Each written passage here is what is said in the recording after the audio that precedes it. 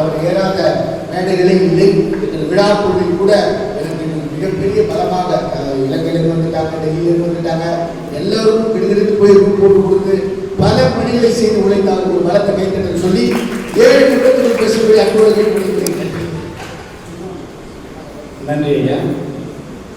என்னை பிறக்க வைத்த தாயே, வளர்த்துவிட்ட தமிழே, உம்மை வணங்குகிறேன். கடுகு, துவரை, மாம்பிஞ்சி, தென்னை என உள்ளத்தை 4ஆக பிரித்திருக்கிறார் பாரதிதாசன். அந்த தென்னை உள்ளத்தோடு அன்னை தமிழை அகிலமெல்லாம் கொண்டு சேர்க்கும் நமது தாய் தொண்டு நிறுவனம் மற்றும் அதன் நிறுவனர் திரு திருமந்திர பேராசிரியர் திரு தாய் ராசி ஜெகதீசன் அவர்களுக்கும், அவர் இந்த பட்டிமன்ற நடுவராகவும் இருக்கிறார், அதுக்கு சேர்த்து வணக்கம் சொல்றேன் ஐயா. மிகச்சிறந்த பேச்சாளர்களே, உலகமெல்லாம் இருந்து வந்திருக்கும் பார்வையாளர்களே, உங்கள் அனைவருக்கும் வணக்கம். நீங்க கொடுத்த 7 நிமிஷம் நம்ம கீர்த்தனா பேசுற பேச்சுக்கு பதில் கொடுத்தாலே போதும்னு நினைக்கிறேன். கல்யாணம் ஆயிடுச்சம்மா, அவங்க பேசுறாங்க, கோயிலுக்கு போயிட்டு குழந்தை நல்லா இருக்கணும், என் புருஷன் நல்லா இருக்கணும் அப்படின்னு வேண்டிக்குவாங்களாம். ஒருத்தவங்க மனசை நீங்க படிச்சிருக்கீங்களா? இன்னொன்னு சொல்லியிருக்காங்க பாருங்க, தொண்டு, திருத்தொண்டு, பொது தொண்டு 2 இருக்கான். 3ஆவதா ஒரு தொண்டு இருக்கு தெரியுமாமா? அதான் மது தொண்டு. நிறைய தாய்மார்கள் அந்த மது தொண்டு தான் செஞ்சுட்டு இருக்காங்க. இப்ப அது உனக்கு புரியல. கோயிலுக்கு போயிட்டு எல்லாருமே ஒரு கல்யாணம் ஆனவங்க சொன்னா கூட நம்புறாங்க இல்லையா? இவங்க சொல்றாங்க, அதாவது இல்லத்தை மிக சிறப்பு அருமையாக நடத்திவிட்டு துறவரம் பேச வந்திருக்கும். எங்களை கேளுங்க, நாங்க சொல்றோம். நான் நடுவர் ஐயாவை கேட்டேன், ஐயா நீங்க உங்களுக்கு பையன் இருக்கா, மேடம் டிரைவரா இருக்கிறாங்க, குடும்பம் இருக்கு, ஏன் ஐயா நீங்க தாடியே போட்டுருக்கீங்க, இந்த ஆடை போட்டுருக்கீங்கன்னா எங்க கம்மு இருக்கு, எனக்கு இதுதான் ரொம்ப பிடிக்குது, பிரேமலதா நடத்துக்கு தெரியல அப்படிங்கிறாரு. நம்ம நடுவரே அப்படிதான் இருக்காரு. யார் வேணாலும் கேளுங்க, எங்க வேணாலும் போய் பண்ணுறது, இல்லத்தில் இருப்பவர்களை யார் வேணாலும் கேட்டு பாருங்க, நல்லா இருக்கீங்களா, ஏதோ இருக்கு. அதை விட இன்னொரு பெருமை இருக்கு, அந்த கல்யாண நாளை ஞாபகப்படுத்தினா போதும், அதை ஏங்க ஞாபகப்படுத்துறீங்க? கண்டிப்பா இங்க இருக்கிற மனசாட்சி, இங்க இருக்கிறவங்க நான் ஒரு வீட்டு கேட்கிறேன், யாராவது அவங்க மணிப்பர்ஸ்ல உங்களுடைய இல்லத்தரசனுடைய மணிப்பர்ஸ் இல்ல மனைவியோட மணிப்பர்ஸ் வச்சிருக்கீங்களா? அங்க ஒருத்தவங்க சொல்றாங்க பாருங்க, அது வீட்டுல வச்சுக்கிறதே பெருசு, மணிப்பர்ஸ் நடுவர் அவர்களே, நான் மேடம் ஸ்ரீவித்யா வீட்டுக்கு போயிருந்தேன், நீங்க கூட போன வாரம் சொன்னீங்க பட்டிமன்றத்துக்கு ரிஹர்சல் பண்ணி பாருங்க. அவர் சாருக்கு போன் பண்ணிட்டு போயிருந்தப்ப எனக்கு டீ போட்டு கொடுக்கறதுக்காக பிரிச்சு தந்தாங்க. அவர் உண்மை கதை நம்புங்க, ஏன்னா அடுத்து அவங்க என்ன சொல்லுவாங்க, உண்மை மாதிரியே பேசுவாங்க, கைத்தட்டு நல்லா கொடுப்பீங்க, ஆனா அத்தனையும் போய் இப்பவே நான் சொல்லிட்டு போயிடுறேன். பிரிச்சு தந்தா நடுவர்களே, பிரிச்சு திறந்து பானை எடுக்கிறாங்க, பக்கத்துல 2 புடவை வச்சிருக்காங்க. பிரிச்சுல யாராவது புடவை வைப்பாங்க? எனக்கு ஒரே ஆச்சரியம், என்னன்னு தெரியலையே, ஒருவேளை பிரிட்ஜில் புடவை வச்சுருந்தா அயன் பண்ண வருமோ? வந்த உடனே மேடம் என்ன மேடம் பிரிட்ஜில் புடவை வச்சுருக்கீங்க கேட்குறேன், நீங்கள் வேற சாரு, ஏன்னா அவங்க சாரி எனக்கு ஃப்ரெண்டு, அதுக்காக சாருக்கு தெரியாமல் வரீங்க, சாருக்கு என் வீட்டில் வந்தது தான் முழுவதுலாம் புடவையாவது கொடுத்து கட்டுறேன். நடுவர் அவர்களே, இன்றைய காலகட்டத்தில் நாங்கள் இல்லறம் வேண்டாம் என்று சொல்லவில்லை, இல்லறம் சரியில்லை என்று சொல்லவில்லை, துறவரத்தில் இருப்பது அவங்களே சொல்லிட்டு போயிட்டாங்க. கடைசியில் அழகா சொன்னாங்க பாருங்க கீர்த்தனா மேடம், நான் குறிச்சு வச்சிருக்கேன். அதாவது சிவநெறி பற்றி சொல்லுதான், 2 சொல்லுதான், பேராசையை நீக்குங்கள், ஒழுக்கமாக வாழுங்கள், மனசாட்சியோட சொல்லுங்க. பேராசை உள்ளவங்க இல்லறத்தில் இருப்பவர்களா, துறவரத்தில் இருப்பவங்க? பேராசை வர்றது இல்லறத்துல தாங்க, அதை நீக்கி வாழ வேண்டும் என்று சொல்வது என்னுடைய சிவநெறி தான். அதைத்தான் நாங்கள் சொல்ல வந்திருக்கோம். காலையில 63 நாயன்மார்கள் குழந்தை வேஷம், அந்த குழந்தைகளுக்கு வேலை போட்டு கொண்டு வந்தீர்கள். அது மட்டுமல்லாமல் 63 அடியார்களுக்கு எல்லாருக்கும் விருது வழங்கினீங்க.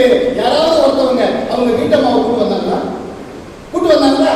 பாதி பேர் அதில் துறவரம், மீதி பேரு இப்பயாவது தனியா போய் பார்க்கலாமே வீட்டில் இருந்து வச்சிருக்கிறாங்க. இது புரியாம இல்லறத்தை மட்டுமே வேண்டி பேசிக் கொண்டிருக்கிறீர்களே நடுவர்களே. வெண்கலம் மண்கலம் கவிழ்ந்த போது வைத்தடுக்குவார், வெண்கலம் கவிழ்ந்த போது வேணும் என்று தோணுவார், நன்கலம் கவிழ்ந்த போது நாரம் என்று போடுவார், நன்கலம் கவிழ்ந்த போது நாரம் என்று போடுவார், என் கலந்து நின்ற மாயம் என்ன மாயம் ஈசனே.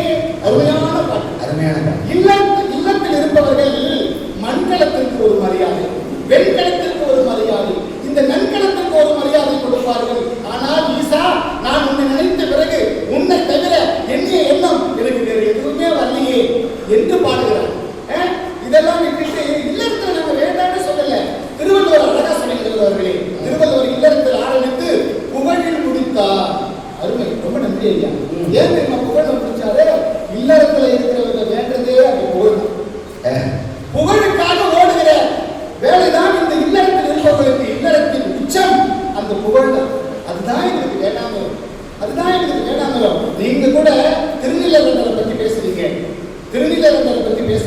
அதுல பாத்தீங்கன்னா திருமூலர் கூட திருநீலகண்டர் அந்த புராணத்துல பாத்தீங்கன்னாக்கா திருநீலகண்டர் முதல்ல வச்சிருப்பாங்க. அவரு கொஞ்சம் முன்ன பின்ன இருப்பாரு போல இருப்பாரு, அதனால வந்து அவர் முன்ன வச்சாங்க. நீங்க இப்போ ஸ்டேஜுக்கு கூப்பிடுறீங்க இல்லையா, பெரியவங்க ஒவ்வொருத்தருக்கும் விருது கொடுத்து ஸ்டேஜுக்கு கூப்பிடுறீங்க. யாரையா முதல்ல கூப்பிடுறீங்க? யாரை முதல்ல கூப்பிடுறீங்க? பெரியவங்களா இருக்கவங்களா? பெரியவங்களா இருக்கவங்களா? இல்ல இல்ல, முதல்ல பெரியவங்க கூப்பிட மாட்டாங்க இல்லையா, கீழே தான் மேல வரும். ஸ்டேஜுக்கு உட்கார கூப்பிடும் பொழுது கீழே தான் மேல வரும். ஆனா விருது கொடுக்கும் போது பாத்தீங்கன்னா பெரியவங்களுக்கு தான் முதல்ல விருது கொடுப்போம். அதனாலதான் திருவள்ளுவர் முதல்ல இல்லறத்தை வச்சுட்டு துறவரத்தை கொண்டு அழகா சொன்னாரு பாருங்க. அடல் வேண்டும் ஐந்தும், குலத்தை விடல் வேண்டும் வேண்டிய எல்லாம். எங்க திருக்குறள் மரத்துல கொண்டு கையில எழுதிச்சிருக்கேன். அப்பா பேசிட்டு எனக்கு திருக்குறள் இருக்க மாட்டேன். ஆமாங்க ஐயா, நான் இல்லறத்தை மறுக்கவில்லை, நானும் இல்லறத்தில் தான் வாழ்ந்து வந்திருக்கிறேன். அடுத்தது வரப்போறாங்க ஸ்ரீவிஜய் படம் எக்ஸாம் வச்சுட்டு இருக்காங்க. இவர் இல்லறத்தில் இல்லாத இருந்து பேசுறது நான் பேசல. இல்லறத்தை வேண்டும் என்று சொல்ல நான் வேண்டாம் என்று சொல்லவில்லை. ஆனால் இல்லறத்திலே இருப்பது என்ன? விவேகானந்தர் பற்றி அருமையா சொன்னீங்க. அவர் அமெரிக்காவுக்கு போயிருந்தப்ப கிணத்து தவளையை பற்றி ரொம்ப அழகான ஒரு கதை சொன்னார். ஒரு கிணத்து தவளை கிணத்துக்குள்ளேயே வாழ்ந்துட்டு இருக்கு. அந்த கிணறு தான் பெருதி என்று வாழ்ந்து கொண்டிருக்கிறது. எப்படியோ ஒரு கடல் தவளை தப்பி தவறி அந்த கிணற்றுக்குள் விழுந்து விட்டது. அந்த தவளையை பார்த்து கிணற்று தவளை கேட்கிறது, நீ எங்கிருந்து வந்தால்? நான் கடலில் இருந்து வந்தேன். கடலா? அது என்னது? அதுவும் இது மாதிரி ஒரு நீர்நிலை தான். அது எவ்வளவு பெருசு இருக்கும்? அது ரொம்ப பெருசு. அப்படிங்களா? இந்த கிணற்றை விடவா? கிணறு என்ன இது மாதிரி? அது கோடி கோடி கோடி மடங்கு அது பெரியது. அப்படியா? இப்படிலாம் பேசாத, இப்படிலாம் பேசாத. இந்த கிணற்றை விட இந்த உலகத்தில் எதுவுமே பெரியதல்ல, நீ போ என்று அடித்து பேசுகிறான். நீ எல்லாம் சொன்னா கேட்க மாட்டேன் என்று அந்த கடல் தவளை வெளியே வந்ததாக சொல்லும்போது எல்லோரும் கை தட்டினாங்களாம். நீ கூட கை தட்டுவீங்கன்னு பார்த்தா யாரும் கை தட்ட மாட்டேங்கிறீங்க. கை தட்டல் தான் பண்றது கேட்டாதான் கொடுக்குறாங்க. இல்ல காலையில அவர் ரொம்ப டயர்டா இருக்காங்க. நீங்க மாநாட்டை முடிக்கணும்னு எப்படியும் பொறுத்து உட்காந்துருக்காங்க. அவங்க அந்த கவலை இல்லை.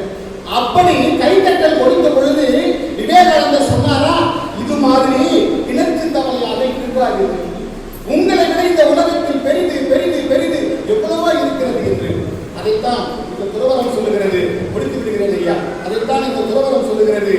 இந்த உலகத்தில் இல்லறத்தில் மாட்டிக்கொண்டால் அழகா சொன்னாங்க, இல்லறத்தில் ஒரு வட்டத்துக்குள்ள மாட்டிக்குவோம். இதுதான் புகழ், இதுதான் அன்பு, இதுதான் பாசம், என் மனைவிதான் எனக்கு வேணும், இப்படியே போயிடுவோம். ஆனா துறவரத்துல அப்படிலாம் வரமாட்டாங்க அப்படின்னு சொல்றது. உலகம் இறைவனின் சந்தை மடம், உலகம் இறைவனின் சந்தை மடம், இது வருவோரும் போரும் தங்குமிடம், இது வருவோரும் போரும் தங்குமிடம், இது வல்லவே உனக்கு சொந்த இடம், இது வல்லவே உனக்கு சொந்த இடம், அது இருக்குது வேறு ஒரு புதிய இடம், அது இருக்குது வேறு ஒரு புதிய இடம், இறைவன் உலகத்தின் சந்தை மடம். ஆமாங்க, இந்த உலகம் பாட்டு பண்ணா கை தட்ட கூடாதா? நல்ல ரசிங்க, நல்லா இருக்கும். இல்ல ரொம்ப ஆட்டம் சீக்கிரமா போட்டுருவாங்க ஐயா. அதுக்காக நீங்க பாருங்களேன், புஸ்தகம் ஒன்று இருக்கிறது, அமைதியாக இருக்கும். அதை படிச்சவன் ரொம்ப ஆட்டம் போட்டு இருப்பாங்க. நான் பிஎஸ்சி படித்தேன், பிஹெச்டி படித்தேன், எம்எஸ்சி படித்தேன், பாட்டில் ஒழுங்காக இருக்கும். அதை பிடிச்சி வந்து ஆட்டம் போட்டு இருப்பான். பணம் ஒழுங்காக இருக்கும், அதை வச்சுட்டு இருந்தா ஆட்டம் போட்டு இருப்போம். பணம் ஒழுங்காக படுத்துட்டு இருக்கோம், அதை தூக்கிட்டு போய் வந்து ஆட்டம் போட்டுருக்கோம். இது எல்லாம் நடப்பது இல்லறத்திலே. ஆனா துறவரத்தில் அதெல்லாம் நடக்காது இல்லையா? நீங்க கூட ஒரு அழகான பாட்டு பாடுறீங்க. அந்த நீங்க ஒரே ஒரு மட்டும் பாட்டு நான் போய் பாட்டோட நிறைவு செய்யலாம். ஆமா, பாட்டு நிறைவு செஞ்சுறேன். பாடுபடம் அப்படிங்கிற ஒரு படத்துல அதுல பாத்தீங்கன்னா தத்துவ பாட்டு நிறைய வரும். அந்த படத்துல பாத்தீங்கன்னா ஒரு வரி, இரவல் தந்தவன் கேட்கின்றான் அதை இல்லை என்றான்.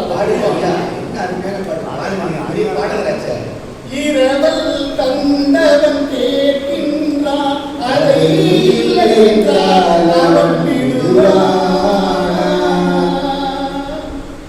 உறவை சொல்லி அழுவதனாலே உயிரை மீண்டும் தருவான். கூக்குரலாலே கிடைக்காது, இது கோற்றுக்கு போனால் ஜெயிக்காது, அந்த கோட்டையில் நுழைந்தால்